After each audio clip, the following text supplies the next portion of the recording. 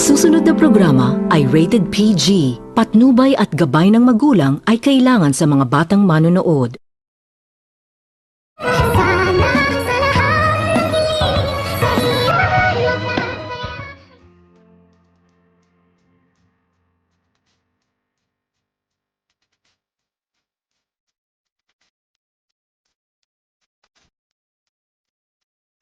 Hindi ito makapaniwala itong si Moira sa ibinalita sa kanya ng kanyang anak na itong si Zoe pagkatapos nitong tawagan ni Zoe ang kanyang mami at agad nitong sinabi ni Zoe sa kanyang mami na buhay umano ang anak ni Giselle at nandito pa umano ito sa Ipix Medical Hospital.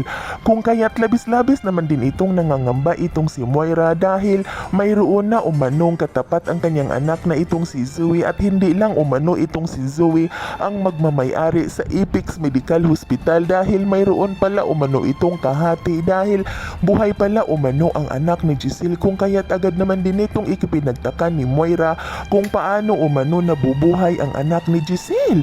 At dito agad naman din itong pinaimbestigahan ni Moira itong si Justin na sinasabi ng kanyang anak na itong si Zoe na siya umano ang anak ng kanyang tita Giselle kung kaya't gulat na gulat naman din itong si Moira pagkatapos nitong makuhaan ni Moira ng impormasyon na itong si Justin pala ang anak ni pinaampun umano ito sa bahay ampunan ngunit hindi pala umano ito totoong namatay dahil kinuha pala umano ito sa kanyang ama na itong si Eric at pinalaki umano nito ni Eric itong si Justin na puno ng galit sa kanyang ina kung kaya't ngayon na bumalik ito sa Ipix Medical Hospital ay gusto umano nitong paghihigantihan ng ang kanyang mami kung kaya't agad naman din itong nagsalita itong si Moira na kawawa pala umano itong si Giselle dahil gusto lang pala umano itong gantihan ng kanyang anak.